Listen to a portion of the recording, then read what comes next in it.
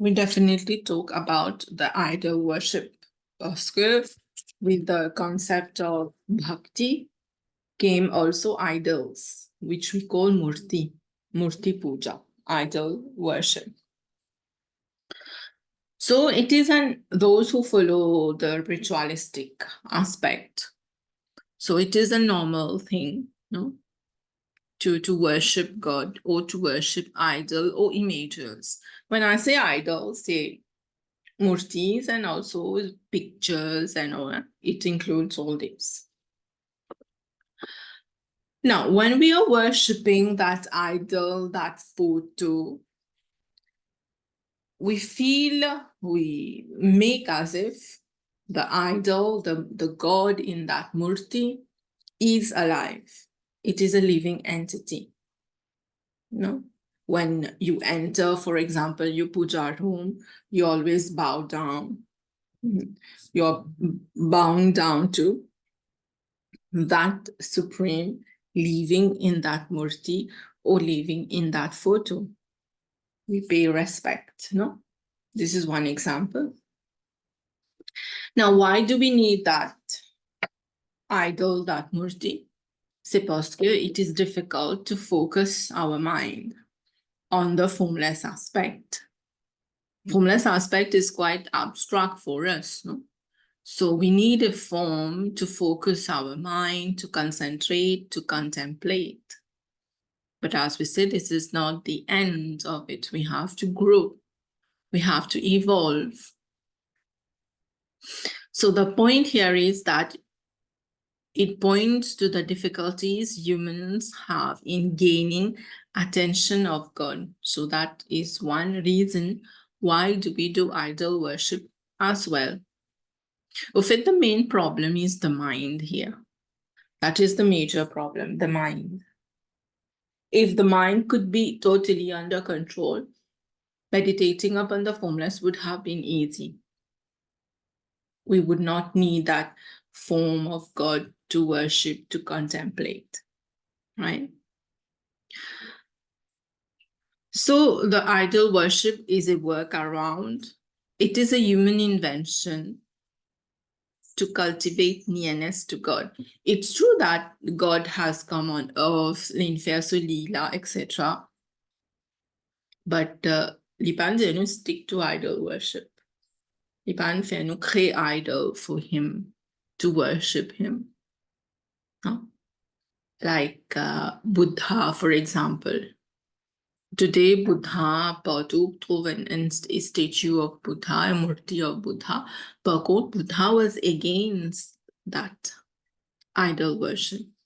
But after Buddha, the successors after him, Zotin, actually propagate the worship of the murti of Buddha, unfortunately. But Buddha did not believe in that. So it is a way for us to reach God, to be near to God. But as said earlier, as per the Upanishad, it is very dangerous. No? We are on a dangerous journey, very unstable raft. Remember that. So we need to move, to evolve. So it is not the best means of worship, and it is not the only means of worship. Worshipping idol, it is not the best one. It is the starting point of our spiritual life, spiritual progress. So image worship is a means to an end, but it is not the end itself. Using that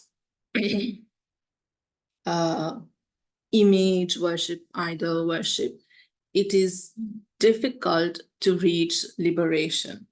If you take the example of Radha and Krishna, Radha loved Krishna, worshipped Krishna, admired, adored Krishna. When Krishna was living in Gokul, she was very happy. Definitely, every day she could see Krishna, she could hear Krishna playing the flute and all. That was devotion, true. So that physical form of Krishna was there in front of her. She was happy. She was doing her devotion. He was admiring Krishna. But then Krishna left. He went to Mathura. What was the situation of Radha and the situation of other gopis as well? They cried when Krishna was not there in the physical form. They cried, but at the end, they realized that Krishna is not just that form which they adore and all. Krishna is more than that. No? So you see, this is the one very simple example, very typical example you can use here. It's okay to do the idol worship, but it doesn't lead us to that liberation, to that end. Yeah, we have to go forward. So our purpose of life is to find God within oneself. No, where is God? God is not in the name, in the form. God is beyond that. God is not the Kedarnath. God is not the other pilgrimage, right? We go there. I'm not against that. We go there for a particular purpose, for peace of mind and all. But at the end, where are we going to find him? In us, in oneself. God is nowhere else.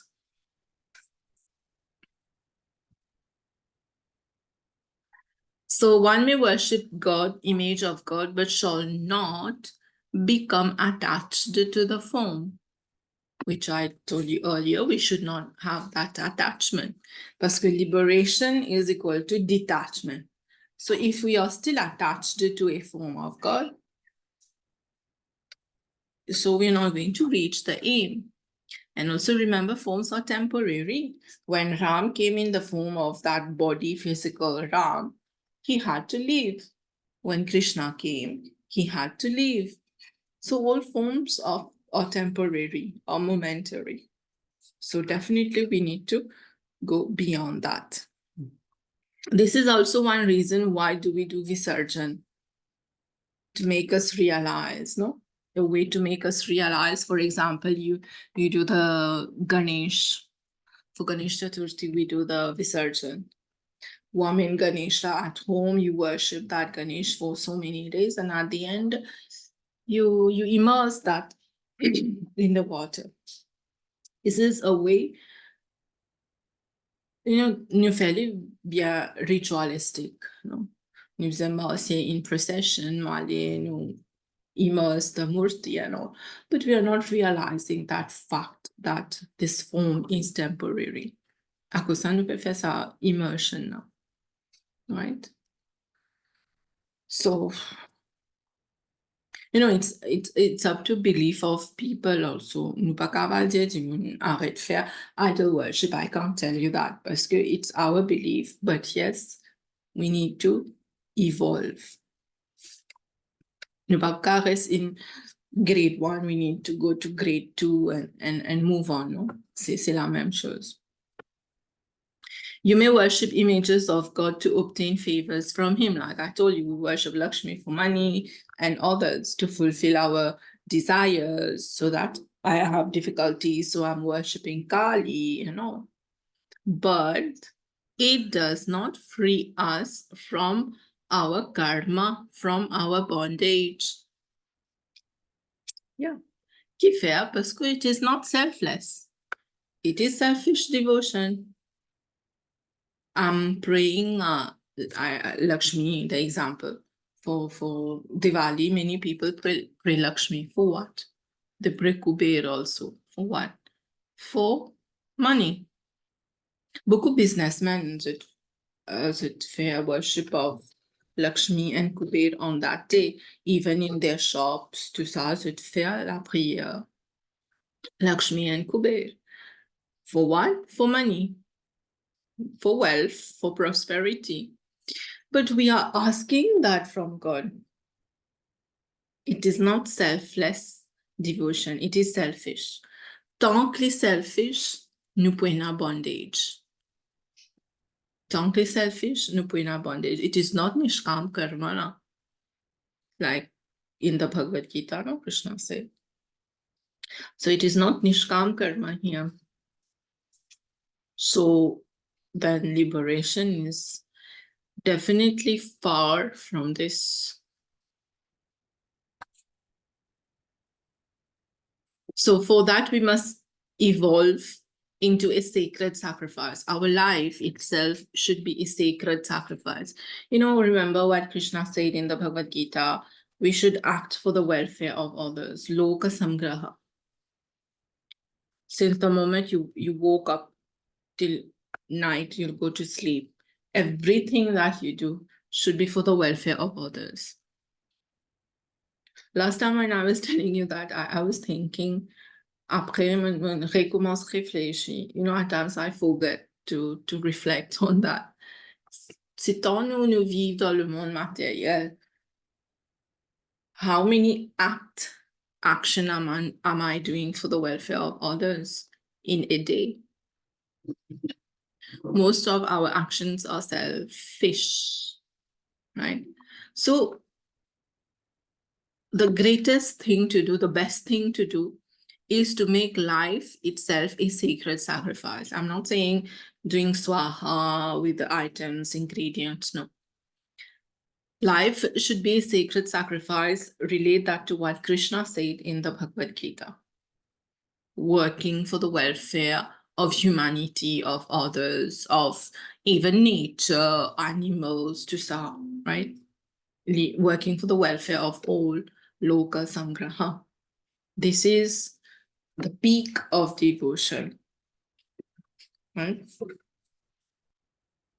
Now, this part is not in the syllabus, but yes, it is interlinked. Because when we are talking about idol worship, means we are praying. When we do idol worship, we pray. You enter your puja ghar, ou pour sonner la cloche, ou pour entrer, you will pay respect, you will do pranam, you will clean the place. And at the end, we are worshipping. We are going to put some flowers, no?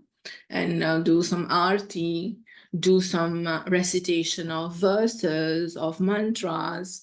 Some people recite Vedic mantras, which is the most powerful. Even Triambakam, Om Bhurbhasva, tout ça, c'est Vedic mantras, okay? They are all powerful. So we need to pray. Now, this is one form of worship, of praying. Moi, mon pas trop in that line of sitting in front of a murti and praying. Though I do it, yes, I don't say no, but Padamasis for the whole day and do that, I can't. Parce que prayers is not only that I recite it in front of that, in my altar, in my puja ghar, but it can also be done when I'm cleaning the house, when I'm taking a bath, when I'm traveling, when I'm going to eat my food. This is prayers. So prayers is not only typically sitting there in the puja ghar and doing all that stuff. It is part of it, but c'est pas seulement, more than that, beyond this, right? So we do the mantras, we recite the prayers. Quand nous lever le matin, première affaire qu'il nous fait prayer. Avant de dormir, last thing we do on the bed is the prayers. Some people, they sing, they dance. No, this is one way of worship. Dancing, singing. There is a quote in English. Prayers are the food for the soul. Je ne sais pas si c'est the exact word, but this is what it means. Prayers are the food for the soul. We need to pray. Il n'y a pas de façon de faire prayer là, but we need to pray. In Anjuman Supaka recite mantras, for example, they listen. They do shravan. Shravan is listening. So this is also prayer, right? So prayers are food for the soul. C'est pas of food for the soul. You can quote that in your work if you're writing on puja or something, right? So it is important, like the body needs the food, want to grow, to sustain. So the soul also need that food, which is the prayer. Okay, so you can use that whenever you are writing about idol worship. Okay, Upapugan question exactly on this. Okay, the power of prayers to ça, but you can, it is interlinked, bien sûr. Maintenant, le terme ishwar. En hindi, souvent des fois, synonyme de Bhagwan, nous savez, c'est ishwar. Okay, beaucoup de gens disent ishwar aussi. No? But what is this ishwar? Définitivement, c'est God. Ça bout meaning là, c'est as per Internet Wikipedia. Okay, so ishwar is a concept of wide range of meanings. Wide range of meanings that depend on the era, the school of Hinduism. Ishwar can mean supreme soul, ruler, lord, king, queen, or husband. This is the meaning of Ishwar. Si je casse le mot, dit comme ça. Ish veut dire the one capable of, ou bien the ruler, ou bien the owner. And Vara, Ishvara, Vara means the best, or excellent, or the boon. It can be the husband also. Vadhu, no? The groom and the bride. So it can be that also. Ishwar. But now we are talking about Ishwar, which means God. Okay. God maintenant, for some people, Ishwar is supreme being. That is the formless one. For some of them, it is the God having a form, ou bien special self. I'll tell you if you're in a special self, right? So in the Veda, the word Ishwar does not appear in the Rig Veda. However, there is mention of the word Ish, which means the one capable of, ou bien the ruler, right? Dans Ved, we have, especially in the Rig Veda, we have the mention of the word Ish. Dans les autres parties de Veda aussi, il y a Ishwar, okay? But talking about Rig Veda, the word Ish means the one who is capable of, who has the capacity, right? Now, what Patrick Olivelle, a scholar of Sanskrit literature, says that Ishwar does not mean God, but means the Veda. You see different interpretations of it.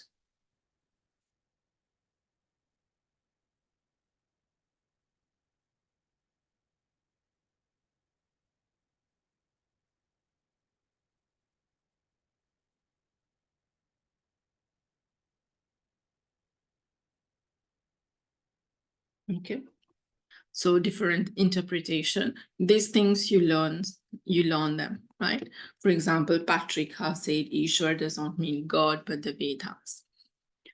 Now, Samkhya is a school of in the Indian philosophy. It is called one of the major atheistic school.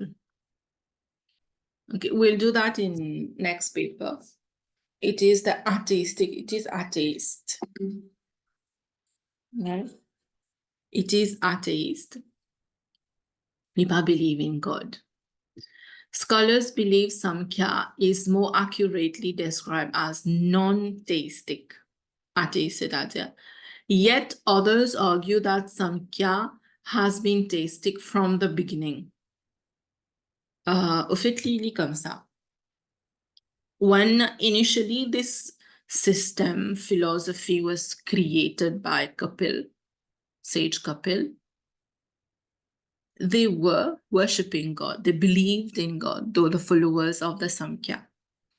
But later, with the coming of Charvakya, that is materialism, right? Things changed, the philosophy changed.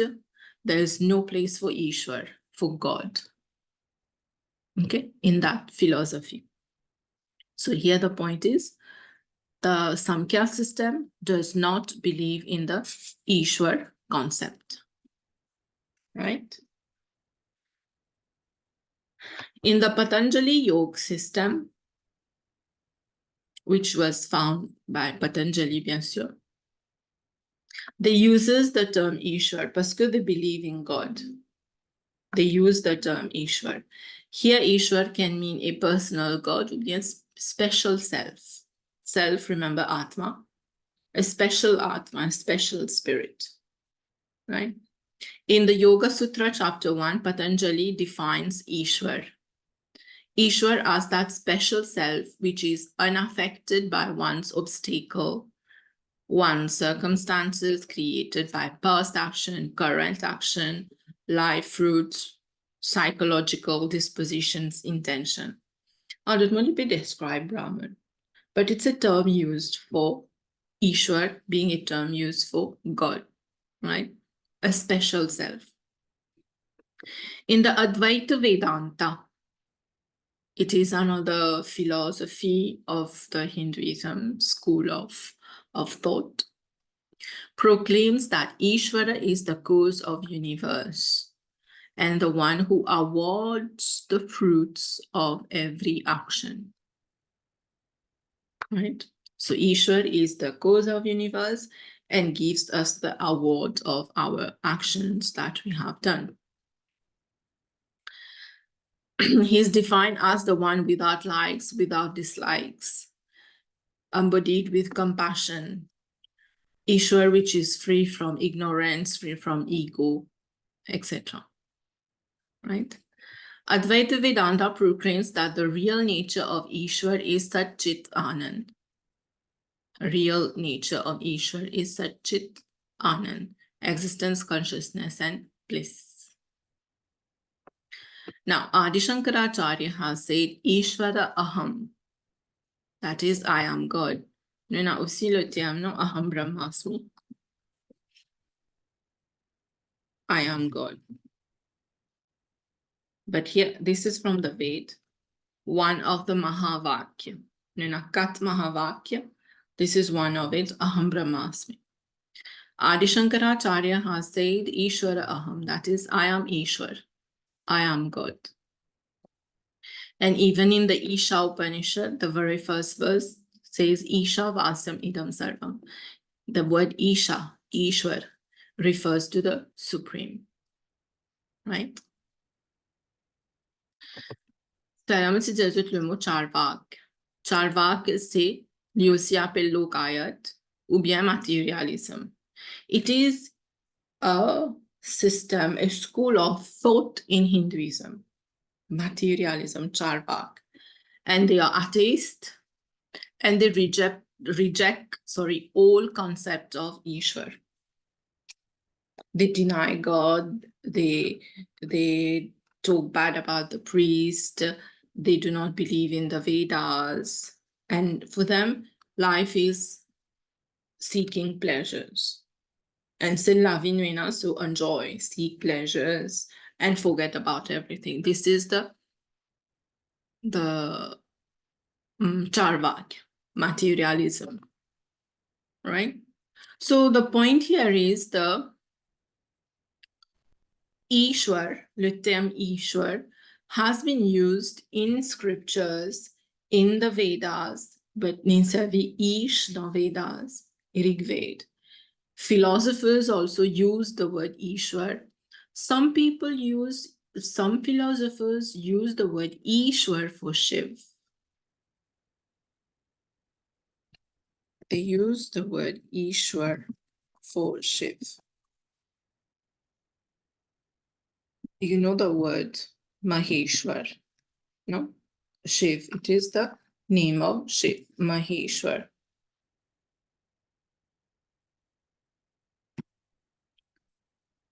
In a deux mots Maha. Maha means great. And secondly, there is the word Ishwar. Ishwar, which means God. Maheshwar. Ishwar has been used for Shiv also. Okay, so le terme ishwar can be used for God without a form or God with a form, right? C'est tout about ishwar. That's it. So these are different things you can quote in your work if you're writing about God, about ishwar. Okay, this reading you can go through it, the Charvak system. Okay, not important for you this part, but menajutli for you to read and to get the knowledge of it, the Charvak system.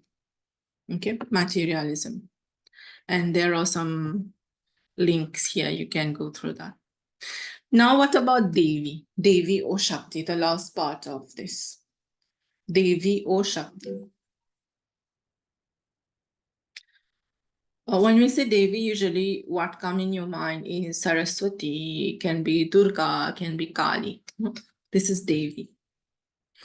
Or Shakti, Shakti means power or energy. We say no, Shiv is Shav. Shiv is Shav without Shakti. Shav is a dead body, a corpse. Without Shakti. Right? So how will you describe this Shakti? Sipena Shakti, Shiv is Shav. How will you describe that? Maybe Prana, which is the life force. Okay. Ou bien, we also have the Ardhanarishwar form that without the wife, the husband Shiv has no identity. It can be in that way to interpret also. Right? So when God did creation, the Purush, he did creation. Now to do creation, he needed Prakriti. Prakriti veut dire nature. He needed Prakriti to do creation, without which he could not have created the world. So this Prakriti, you can call that nature, you can call that Shakti, you can call that Prana. Okay. Now, Prakriti consists of the 3 gunas here. Prakriti develops the ego consciousness. The ego is driven by the interplay of the 3 gunas, Sattva, Rajas, and Tamas. Sa Prakriti la. We say God is beyond the gunas. God is beyond Sattva, God is beyond Rajas, God is beyond Tamas. Okay. Mais quand il pour faire création, création aussi supposément à ce moment-là, beyond Sattva, beyond Rajas, and beyond Tamas. But it is not the case. Nous tous, nous avons Sattva, Rajas, Tamas dans nous. Okay. So, Prakriti, Purush with a God, used Prakriti to do creation. And Prakriti consists of Sattva, Rajas, and Tamas. À cause ça, nous aussi, nous avons Sattva, Rajas, and Tamas. All the creation has the Sattva, Rajas, and Tamas. Right? And this concept of creation is as easy as that to understand. For us to have a baby, we'll need a male and we'll need a female. This is basically the whole concept here. Right? Now, when we are talking about the Shakti or about the Prakriti or Devi, if you want to call it, that nature, that Prakriti is herself Maya. There are 2 forms of Prakriti. The good one, which was helpful in creation. That's the good part of the good aspect. But Prakriti has another form, another aspect, which is Maya. Prakriti keeps us in delusion.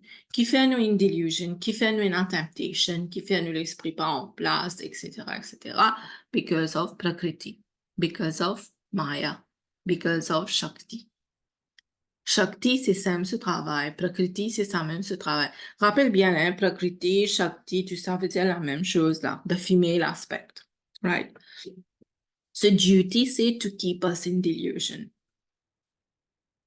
We act as a barrier between us and the Purush. Okay? Now, when we say Shakti or Prakriti, she is also Saraswati associated to Brahma. She is also Lakshmi associated to Vishnu. She is also Durga, Kali, or Yogini associated with Shiv, right? The female aspect. Now, we worship Ishwar. Now, à ce qu'on peut dire Ishwar, souvent des fois, we tend to relate Ishwar being male. Being male. Ekanja Shakti, c'est God who is female. But is God male or female? Definitely not. Okay. Definitely not. So Shakti helps us, devotees, individuals who worship her, to seek liberation from bondage through her grace.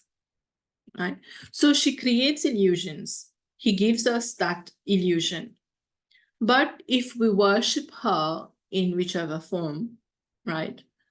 We worship her, she can also liberate us. She can liberate us, right? Now, does that mean that Ishwar and Shakti are two different entities? Définitivement non. Li pareil, Ishwar and Shakti, right? So Shakti is pure energy and is neither male nor female.